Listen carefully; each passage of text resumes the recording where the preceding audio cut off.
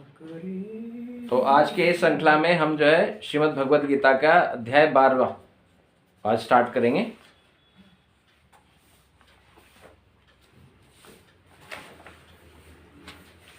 भक्ति योग।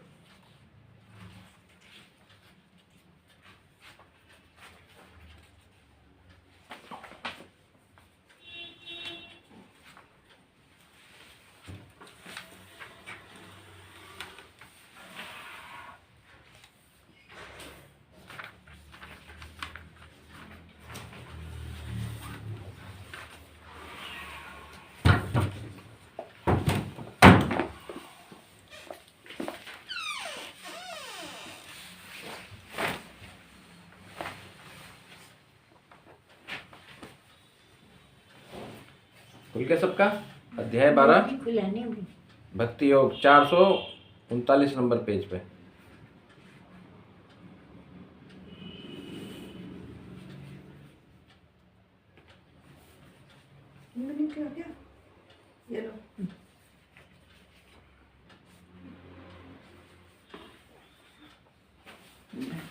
तो श्रीमद् भगवद गीता में इसको जो है ना 3 डिवाइड किया गया, 3 भागों में विभाजित किया गया है भगवद गीता को।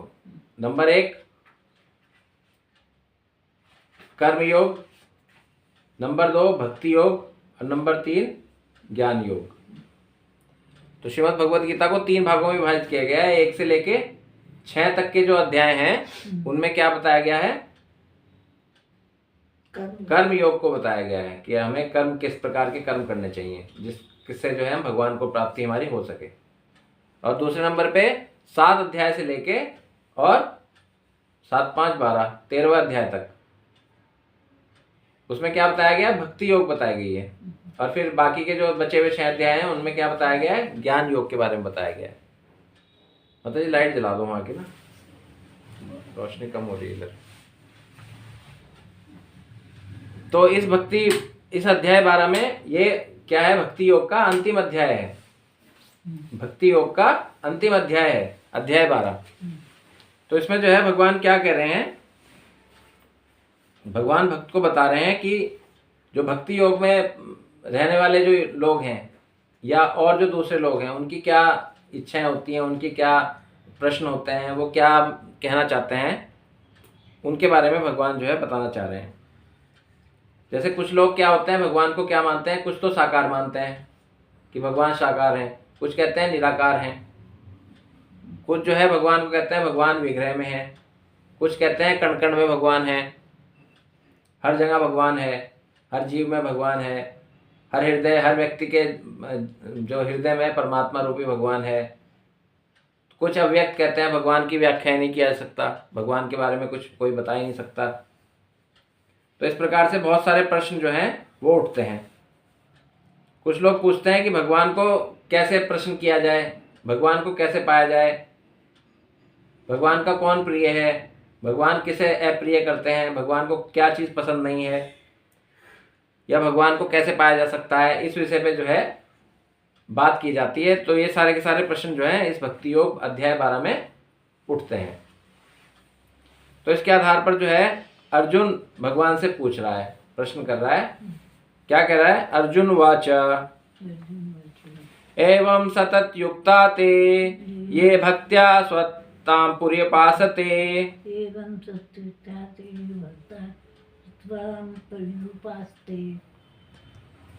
ये च अपि अक्षरम् अव्यक्तं तेषां के योगवित्तमः।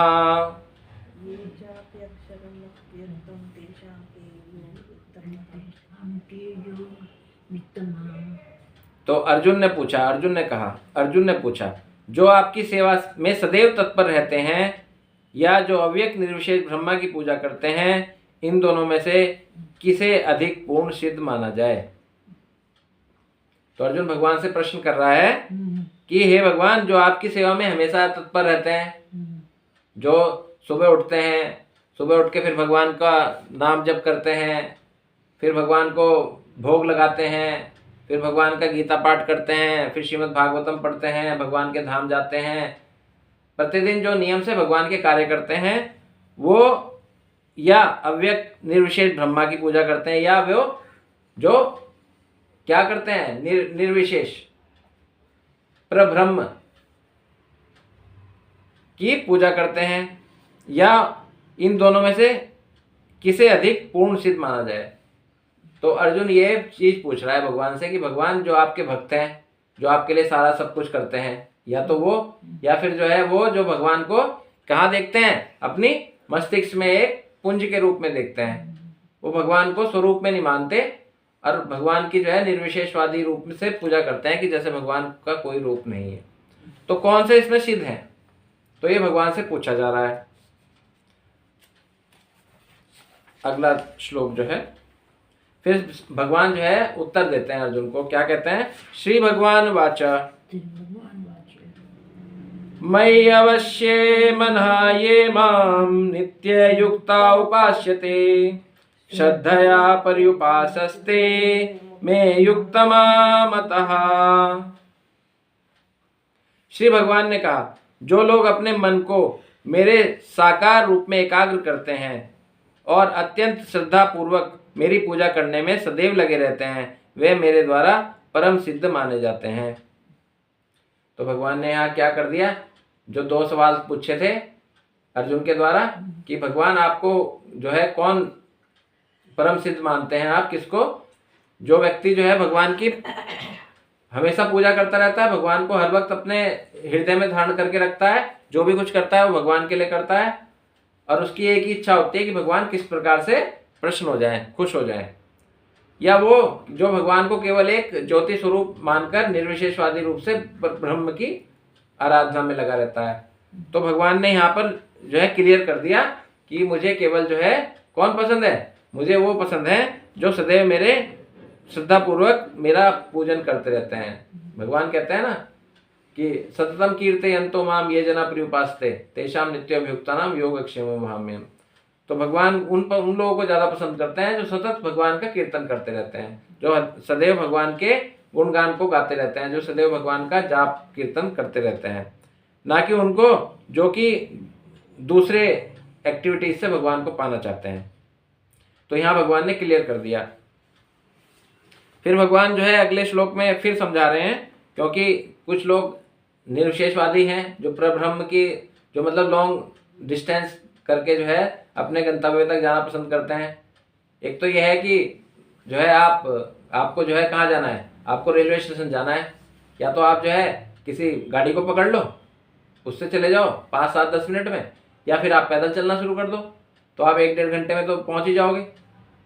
तो ऐसे ही जो है ना यहाँ बताया गया, जो भगवान को डायरेक्ट भक्ति करते हैं, जो भगवान की जो है चिंतन कीर्तन यजन जापन दान पुण्य आदि करके भगवान को पाने की कोशिश करते हैं, जप करके भगवान को पाने की कोशिश करते हैं, उनकी अपेक्षा जो ये दूसरे लोग हैं जो निर्विशेषवादी हैं, जो ब्रह्म की पूजा करते हैं, तो ये क्या करते हैं, ये पहुंचते तो भगवान के धाम है पर बहुत जन्मों के द्वारा, बहुत जन्मों के बाद, परंतु जो भगवान को डायरेक्ट अप्रोच कर रहा है, जो भगवान का कीर्तन कर रहा है, जो भगवान के जप कर रहा है, जो भगवान का सतत हमेशा भगवान का ध्यान रख रहा है, भोग लगा के भगवान को प्रसाद ग्रहण कर रहा है, तो उसका क्या होता है, वो तुरंत भगवान के धाम पहुंच जाता है। तो ये डिफरेंस होता है। तो उन ऐसे लोगों के लिए भी भगवान जो है ये 3रा और 4था श्लोक बोल रहे हैं। क्या कह रहे हैं 3रे-4थे श्लोक में, ये तु अक्षरम अनिर्देशम अव्यक्तम पर्युपासते सर्वत्र गमः चिन्त्यम च कटुस्थम अचलम ध्रुवम। फिर 4था श्लोक, सन्नियम इंद्रियग्रामम सर्वत्र समबुद्धयः प्रापुवन्ति माम एव सर्वभूते हिते रता। लेकिन जो लोग अपनी इंद्रियों को वश में करके तथा सबों के प्रति संभाव रखकर परम सत्य की निराकार कल्पना के अंतर्गत उस अव्यक्त की पूरी तरह पूजा करते हैं, जो इंद्रियों की अनुभूति के परे है, सर्वव्यापी है, अकल्पनीय है, अपरिवर्तनीय है, अचल है तथा ध्रुव है, वे समस्त लोगों के कल्याण में संलग्न रहकर अत्यंत मुझे प्राप्त करते हैं। तो भगवान यहाँ कह रहे हैं, जो लोग अपनी इंद्रियों को वश में करके तथा सबों के प्रति संभाव रखकर, तो भगवान यहाँ पर बता रहे हैं कि जो भक्त होता है वो अपनी सारी की सारी इंद्रियों पर कंट्रोल कर लेता है, कंट्रोल करके वो जो भगवान को पसंद है वही उन इंद्रियों से करता है। वो कोई भी अपनी संतुष्टि के लिए, अपनी इंद्रिय तृप्ति के लिए कोई भी कार्य नहीं करता। तो वो सदैव भगवान के लिए ही कार्य करता है, अपनी इंद्रियों को हमेशा से भगवान के कार्यों में लगा देता है और सभी के प्रति संभाव रखता है। कोई अच्छा हो चाहे कोई बुरा हो, चाहे कैसी भी अवस्था का हो, चाहे वो निर्विशेषवादी हो, चाहे वो शून्यवादी हो, चाहे वो भक्त हो, चाहे वो किसी भी कंडीशन से जो है किसी भी रास्ते पे चलने वाला हो, किसी भी संप्रदाय का अनुयायी हो, वो उसके लिए उसके प्रति क्या रखता है? संभाव रखता है, वो उसे समान दृष्टि से देखता है। परम सत्य की निराकार कल्पना के अंतर्गत उस अव्यक्त, अब भगवान को क्या कहा गया है? भगवान की ना तीन कंडीशंस हैं। भगवान को आप तीन तरीके से समझ सकते हैं। जैसे मैं सूर्य के माध्यम से बताऊं आपको कि जैसे सूर्य होता है, सूर्य गोल, ठीक है। सूर्य के बाद दूसरे नंबर पे क्या स्थिति है? नंबर स्थिति सूर्य की आ गई। दूसरे नंबर पे सूर्य की किरणें और तीसरे नंबर पे सूर्य का प्रकाश, है ना। तो सबसे पहले जब हम जो है ऐसे 12-1 बजे करीबन सूर्य को देखते हैं तो हम सूर्य को क्या बताते हैं? हम सूर्य को प्रकाश के रूप में जानते हैं कि भाई सूर्य एक प्रकाश है। हम नंगी आंखों से तो हम देख सकते सूर्य को, तो हम क्या कहेंगे कि सूर्य जो है एक प्रकाश है। फिर यदि हम 7-8 बजे करीबन सूर्य को देखें तो हम क्या बताएंगे कि सूर्य एक किरण है। उसके अंदर से किरणें निकलती है ना, वो सारी दिखती हैं कि किरणें निकल रही हैं सूर्य के अंदर से, तो हम क्या बताएंगे? सूर्य एक किरण है। परंतु यदि हम सुबह 5:30 पौने 6 बजे का सूर्य देख लें तो हम क्या बताएंगे कि सूर्य एक पिंड है, गोल है, और उसके अंदर जो है बहुत सारा अग्नि जल रही है। इस तरीके से बताएंगे ना। तो ऐसे ही क्या है, भगवान की 3 अवस्थाएं हैं। सबसे पहले भगवान की अवस्था है अव्यक्त, दूसरे नंबर पे परमात्मा, तीसरे नंबर पे भगवान। तो अव्यक्त का मतलब क्या है? अव्यक्त का मतलब है पर ब्रह्म, मतलब जो निर्विशेषवादी क्या करते हैं ना, जो अपनी यहाँ पर जो है ज्योतिपुंज देखते हैं कि मस्तिष्क में एक ज्योति दिखती है, बस उसी का वो चिंतन करते हैं। उसे वो क्या स्थिति है भगवान की? वो स्थिति है पर ब्रह्म की स्थिति। वो अव्यक्त है, उसका ना तो कोई रूप है ना उसका कोई आकार है। तो इन लोगों को क्या कहते हैं? ब्रह्मवादी, निर्विशेष ब्रह्मवादी, इन लोगों को कहते हैं। फिर दूसरे नंबर पे क्या स्थिति आती है? भगवान जो है परमात्मा स्वरूप हर हृदय में, हर जीव के हृदय में विराजमान रहते हैं। तो वो कौन है? जो परमात्मा जो हर एक जीव के उसमें रहते हैं, वो भी क्या है? एक परमात्मा स्वरूप है और आत्मा के निकट हमेशा वास करता है। परंतु उसका भी कोई स्वरूप नहीं है, वो भी जो है बिना आकार का ही है। बस वो एक जो है मान्यता है और एक विश्वास है कि परमात्मा हमारे हृदय में विराजमान है। तो वो भगवान का दूसरा एक्सपेंशन है, उसे कहते हैं परमात्मेति। और दूसरा भगवान श्री कृष्ण, वो कौन है? वो पूरे के पूरे ब्रह्मांड, जितने भी ब्रह्मांड हैं इस पृथ्वी पर और इस संसार में, इस आकाश गंगा में, उनके सबके मालिक। ईश्वरा परम कृष्णा सच्चिदानंद विग्रह अनादिरादि गोविंद सर्व कारणम। तो भगवान जो है वो सभी कारणों के कारण हैं और वो सर्वशक्तिमान, सारे 6 के 6 ऐश्वर्यों से पूरित हैं। तो इस प्रकार जो है 3 अवस्थाओं में भगवान की व्याख्या की गई है। तो व्यक्ति पूरी तरह से पूजा करता है जो इंद्रियों की अनुभूति के परे है। तो वो जो भगवान है उसे अपनी इंद्रियों से नहीं देखा जा सकता, है ना। भगवान को अपनी इंद्रियों से, अपूर्ण इंद्रियों से नहीं देखा जा सकता, क्योंकि हमारी जो इंद्रियां हैं वो इतनी अपूर्ण है कि हम जो है ये नहीं बता सकते कि हमने कल क्या खाया था, या दूसरे कमरे में क्या चल रहा है, या इस दीवार के पीछे सड़क पे कौन चल रहा है। हम कुछ नहीं बता सकते, क्योंकि हमारी जो इंद्रियां हैं वो बहुत कम पावरफुल हैं, अपूर्ण हैं। तो इस कारण से जो भगवान को की अनुभूति भी हम इंद्रियों के माध्यम से नहीं कर सकते। वो तो जब भगवान की कृपा होगी तभी जो है किसी भक्त को भगवान दिखाई देंगे या उसकी अनुभूति हो पाएगी। फिर कह रहे हैं भगवान सर्वव्यापी है। सर्वव्यापी मतलब भगवान कण कण में है, हर जगह है, हर चीज में भगवान है। तो भगवान जो है सर्वव्यापी है, हर कंडीशन में हर जगह पर भगवान ही है। मतलब ये हर चीज जो है इस प्रकृति के जो तीनों गुण हैं वो भगवान के द्वारा ही है। रजो तमो सतो रजो तमो जितने तीन गुण हैं ये सब क्या है, भगवान के ही बनाए गए हैं। भगवान ही इनमें जो है अपने आप ही विराजमान रहते हैं। तो भगवान क्या है, सर्वव्यापी है, अकल्पनीय है, भगवान की कल्पना भी नहीं की जा सकती, है ना। इतने बड़े बड़े समुद्र बने हुए हैं, इतने बड़े बड़े पर्वत बने हुए हैं, इतने बड़ी बड़ी नदियां बनी हुई हैं, इतना बड़ा आकाश है, इतनी बड़ी धरती है, इतना सब कुछ है। ये सब क्या है, ये इसकी हम कल्पना भी नहीं कर सकते। और ये वास्तव में स्वयं कौन बना हुआ है, ये भगवान ही बने हुए हैं। और अपरिवर्तनीय है। अपरिवर्तनीय मतलब भगवान की स्थिति में कभी भी परिवर्तन नहीं होता। भगवान हमेशा क्या बने रहते हैं, एक जैसे ही बने रहते हैं। भगवान जो मन करता है वो बन जाते हैं। और भगवान जो है हमेशा एक ही स्थिति में रहते हैं। भगवान कभी जो है ना छोटे बनते हैं ना बड़े बनते हैं, और सब कुछ बन भी जाते हैं। अचल हैं और ध्रुव हैं। अचल मतलब वो स्थिर है, हमेशा स्थिर है। और ध्रुव है, और ध्रुव का मतलब है वो हमेशा के लिए है। हम तो आते जाते रहते हैं, परंतु भगवान जो है स्थिर रहते हैं। भगवान एक जगह रहते हैं। भगवान अच्युत हैं। भगवान कभी अपने जगह से नहीं गिरते। वे समस्त लोगों के कल्याण में संलग्न रहकर अंततः मुझे प्राप्त करते हैं।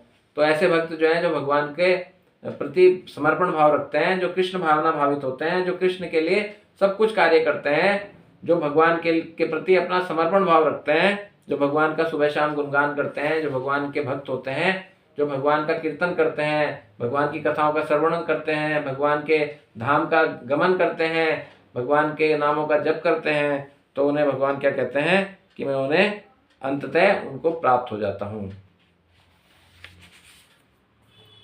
अब इसका 5वां श्लोक।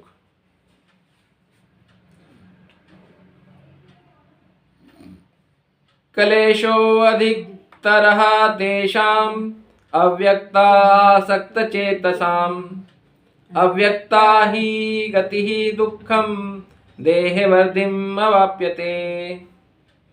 जिन लोगों के मन में परमेश्वर के अव्यक्त निराकार स्वरूप के प्रति आसक्ति है या आसक्त हैं, उनके लिए प्रगति कर पाना अत्यंत कष्टप्रद है। देहधारियों के लिए उन क्षेत्र की प्रगति कर पाना भी जो है सदैव दुष्कर होता रहता है। अब भगवान यहाँ बता रहे हैं कि जो भगवान को जो है क्या मानता है कि जो परमेश्वर है वो अव्यक्त है।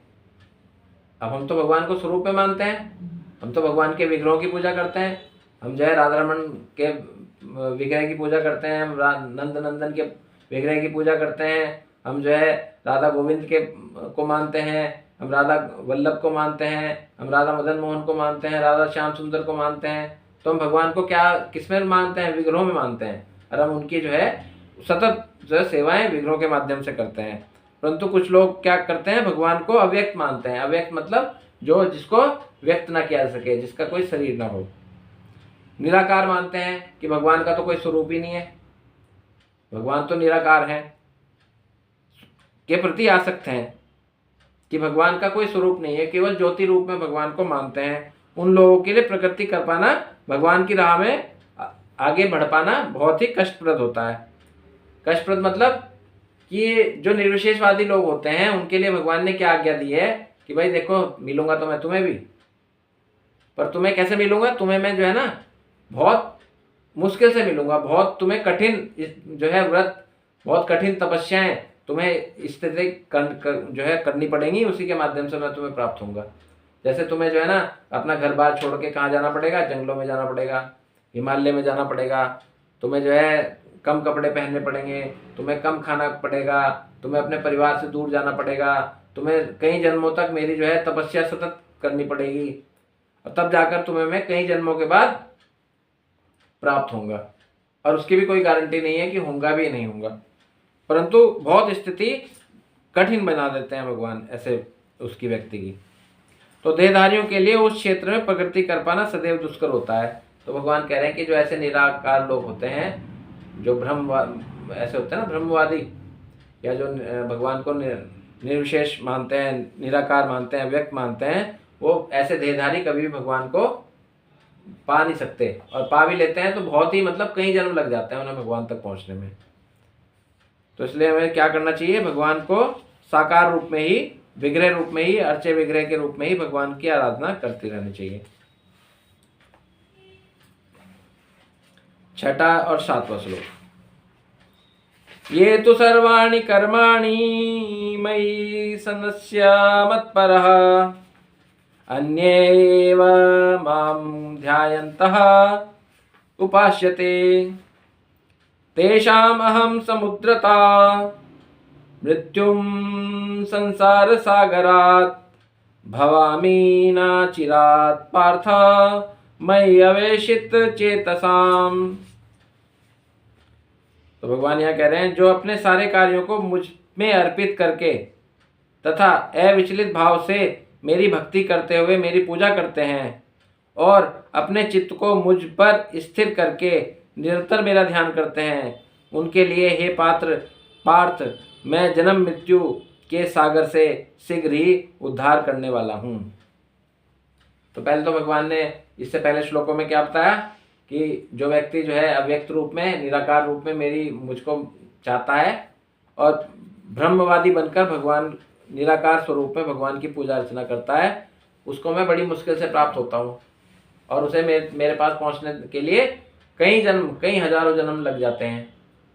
फिर भी कोई गारंटी नहीं होती, कोई बिरला ही होता है जो इस मार्ग पर चल के भगवान को पाले। परंतु यहाँ पर भगवान बता रहे हैं कि जो व्यक्ति भगवान को साकार रूप में, अर्चय विग्रह के रूप में पूजा अर्चना करता है और अपने मन को 100% बिना विचलित करे हुए भगवान के भक्ति में लगाता है और भगवान की पूजा करता है, तो वो क्या करते हैं, भगवान उसका शीघ्र ही उद्धार कर देते हैं, उसे जन्म मृत्यु के सागर से निकाल देते हैं। तो इसलिए हमें क्या करना चाहिए, भगवान के विग्रहों की, भगवान के नाम की सतत कीर्तन करते रहना चाहिए। क्योंकि जो है भगवान क्या करते हैं, सबसे पहले तो भगवान बता रहे हैं कि अपने चित्त को मुझ में स्थिर करो। जो मन है, मन को कहाँ लगाने के लिए कह रहे हैं भगवान मन को लगाने के लिए कह रहे हैं कि मेरे में लगाओ, भगवान में अपना मन लगाओ। तो मन बड़ा चंचल है, भगवान बताते हैं भगवत गीता में, अर्जुन कहता है कि भगवान मन तो बड़ा चंचल है, तो मैं कैसे जो है इसे आपके उसमें लगाऊं, आपके नामों में, आपकी भक्ति में कैसे लगाऊं। तो भगवान कह रहे हैं कि अभ्यास करके और वैराग्य धारण करके। एक तो अभ्यास करना चाहिए, भगवान के नामों का सतत कीर्तन करने का हमें अभ्यास करते रहना चाहिए।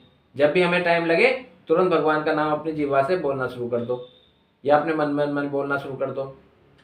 हर वक्त भगवान की चिंतन में रहो और अपने चित्त को भगवान में लगाओ। ऐसा यदि तुम निरंतर मेरा ध्यान करोगे तो भगवान कह रहे हैं मैं तुम्हें जो है जन्म मृत्यु के सागर से उभार दूंगा, निकाल दूंगा। तो पुनरपि जननम पुनरपि मरणम पुनरपि जननी जठरे शयनम पुनः विस्तारे बहुदुस्तारे कृपा पाहे पाहे मुरारे भज गोविंदम भज गोविंदम भज गोविंदम मूढ़मते। तो शंकराचार्य जी क्या कहते हैं, पुनरपि जन्म की बार बार जन्म लेना, बार बार मृत्यु को प्राप्त करना, बार बार माता के गर्भ में उल्टा अटकना और जो है बार बार इस जन्म पे अलग अलग योनियों में ट्रांसफर होना। इससे कोई व्यक्ति बच सकता है जो भगवान का सतत कीर्तन करता हो, भगवान को का कीर्तन सदैव हमेशा करता रहता हो। तो इस प्रकार से क्या होता है, भगवान जो है जन्म मृत्यु के चक्कर से निकाल देते हैं। जो भव सागर होता है उसके अंदर से भगवान जो है ऐसे निकाल देते हैं जैसे एक छोटा सा बच्चा है दहलीज को नाप लेता है, पार कर जाता है। तो इस प्रकार से जो है भगवान सब कुछ कर सकते हैं, इसलिए भगवान के आधार पर ही हमें अपना जीवन व्यापन करना चाहिए। जो भगवत गीता के माध्यम से भगवान ने जो निर्देश दिए हैं उन्हीं के आधार पर हमें अपना जीवन भगवान की पूजा अर्चना में करते हुए निकाल देना चाहिए।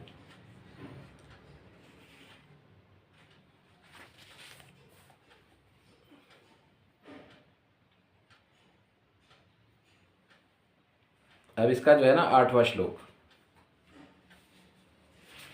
अब 8वें श्लोक में भगवान जो है क्या बता रहे हैं,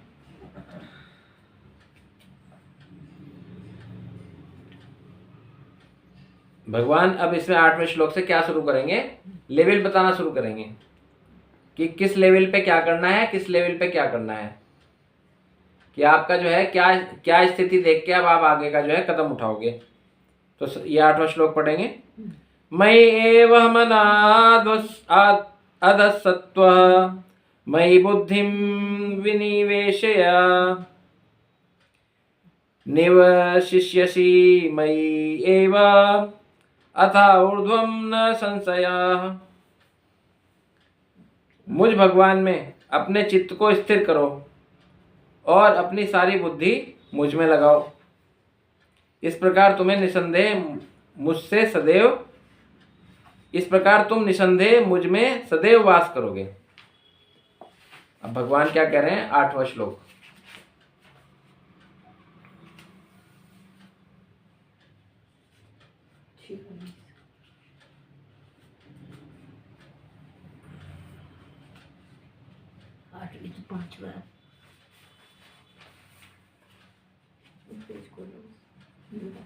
अपनी दे दो ना, आप अपनी दे दो, आप ना खोल लो। तो भगवान यहाँ इस श्लोक से ये समझाना शुरू करेंगे कि अब जो है ना भक्तों का क्या लेवल है, किस लेवल पे जो है भक्त अपना को रखेंगे। तो भगवान इसमें कह रहे हैं मुझ भगवान में अपने चित्त को स्थिर करो। या तो तुम क्या करो, अपने चित्त क्या है, मन को भगवान में लगाओ और अपनी सारी बुद्धि मुझ में लगाओ। मतलब अपनी जो बुद्धि है ना, जो आप अपने और कामों में लगाते हो, उस बुद्धि को भगवान क्या कह रहे हैं कि मुझ में लगाओ और अपने मन को भी मुझ में लगाओ। तो यदि तुम ऐसा करोगे तो तुम्हें क्या मिलेगा,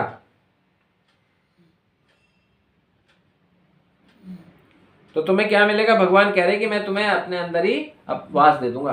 बुद्धि कैसे लगा? बुद्धि ऐसे लगानी चाहिए माता जी कि जो भी कुछ करो, जो भी आपकी बुद्धि में आ रहा वो भगवान को समर्पित कर दो। जैसे आपने भोग बनाया, भगवान के लिए बनाया है ना, चलो भोग तो बन जाता है। हाँ, और दूसरी जैसे आप कुछ, चलो एक टाइम भोग लग गया है ना, आपने कुछ मतलब पहना, तो भगवान से कहोगे ये भगवान ये मैं आपकी संतुष्टि के लिए, आपको खुश करने के लिए पहन रही, ठीक है। आपने जो है कुछ बनाया या कुछ मतलब आप जो है पढ़ रहे, तो आप पढ़ते हो भगवान से कहो कि ये भगवान ये मैं आपकी संतुष्टि के लिए पढ़ रही, आपको अच्छा लगेगा, आपको भी सुनाऊंगी। मतलब जो भी कुछ काम करो वो अपनी इंद्रिय तृप्ति के लिए ना करो। आप कुछ लाए भगवान से, बाजार से खरीद के लाए, तो आप पहले खरीदने से पहले सोचो भगवान मैं आज आपके लिए खरीदूंगी।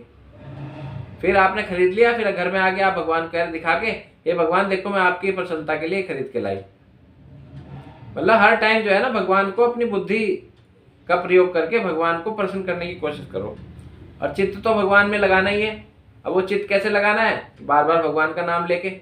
जब आप भगवान के बारे में सोचोगे, भगवान की जो है ना रूप, गुण, लीला, धाम, इन चारों चीजों से भगवान को कम के इसमें जो है मन लगाया जा सकता है। जैसे बार बार भगवान के रूप का गुणगान करो, भगवान के माधुर्य का गुणगान करो, भगवान के लीला का गुणगान करो, भगवान के धाम का गुणगान करो। तो इस माध्यम से कैसे होगा, जब आप चारों चीजों का गुणगान करेंगे तो आपके अंदर भगवान की भक्ति उत्पन्न होगी और आपका मन जो है किसमें लगेगा, भगवान के कार्यों में लगेगा। तो पहले लेवल पे क्या कहा भगवान ने, यदि आप जो है अपने माइंड को और अपनी इंटेलिजेंस को किसमें लगाओगे, भगवान में लगाओगे, तो भगवान आपको क्या करेंगे, कहाँ रख देंगे, आपको अपने अंदर ही धाम, अपने अंदर ही वास दे देंगे। ये भगवान कह रहे हैं। फिर भगवान 9वें अध्याय में 9वें श्लोक में कह रहे हैं, हे अथा चित्तम समाधातुम न शक्नोत्सि मयि स्थिरम अभ्यास योगेन तत्तम माम इच्छा आतुम धनम जय। हे अर्जुन, हे धनंजय, यदि तुम अपने चित्त को अविचल भाव से मुझ पर स्थिर नहीं कर सकते तो तुम भक्ति योग की विधि विधानों का पालन करो। इस प्रकार तुम मुझे प्राप्त करने की चाह उत्पन्न करोगे। तो भगवान जो है सेकंड लेवल पे आ गए। तो सबसे पहले लेवल तो भगवान ने कहा कि यदि तुम मुझे पाना चाहते हो तो क्या करो, अपनी मन और अपनी जो बुद्धि है वो मुझे मुझ में लगा दो, मुझे दे दो। और तुम यदि ये नहीं कर सकते, अब अर्जुन को आगे कह रहे कि यदि तुम ये दोनों काम नहीं कर सकते, तुम अपनी मन और बुद्धि को मेरे में नहीं लगा सकते, तो अब तुम क्या करो, दूसरे लेवल पे आ जाओ। यानी आपका पहला लेवल खत्म, आपकी मन और बुद्धि भगवान में नहीं लग रही, तभी आप दूसरे लेवल पे आओगे। ठीक है, तो दूसरा लेवल भगवान क्या कह रहे हैं कि यदि तुम अपने चित्त को अविचल भाव से मुझ पर स्थिर नहीं कर सकते, तो तुम भक्ति योग के विधि विधानों का पालन करो। भक्ति योग के विधि विधान क्या है? 9 तरह की भक्ति बताई गई ना, नवदा भक्ति। श्रवणम कीर्तनम वंदनम साख्यम आत्मनिवेदनम अर्चनम वंदनम दास्यम साख्य आत्मनिवेदनम। तो भगवान को 9 प्रकार की जो विधियां हैं उससे पाने की कोशिश करो। भगवान की कथाएं सुनो, भगवान का कीर्तन करो, भगवान का अर्चन करो, भगवान का पाद सेवन करो, भगवान का श्रवणम करो, है ना, भगवान के साथ साख्य भाव में रहो, है ना, भगवान के साथ दास्य भाव में रहो, भगवान को आत्मनिवेदन करो। तो ये 9 प्रकार की विधियां जो हैं, विधि विधान करो। भगवान के बहुत बड़े बड़े जो वो हैं आपके अनुष्ठान, वो करो। भगवान के धाम यात्राएं करो, भगवान के लिए एकादशी व्रत का पालन करो, भगवान के लिए सतत 16 मालाओं का कीर्तन करो, उनका जप करो। तो इन विधि विधानों का पालन करो, तो इससे क्या होगा, भगवान को तुम प्राप्त कर लोगे और तुम्हारे अंदर भगवान को प्राप्त करने की चाह उत्पन्न हो जाएगी। तो भगवान ने सेकंड लेवल बता दिया। अब आगे भगवान कह रहे हैं 10वें श्लोक में, अभ्यासे अपि असमर्थः असीमत् कर्मः परमा भव मत अर्थम अपि कर्माणि कुर्वन् सिद्धिम अवपास्यसि।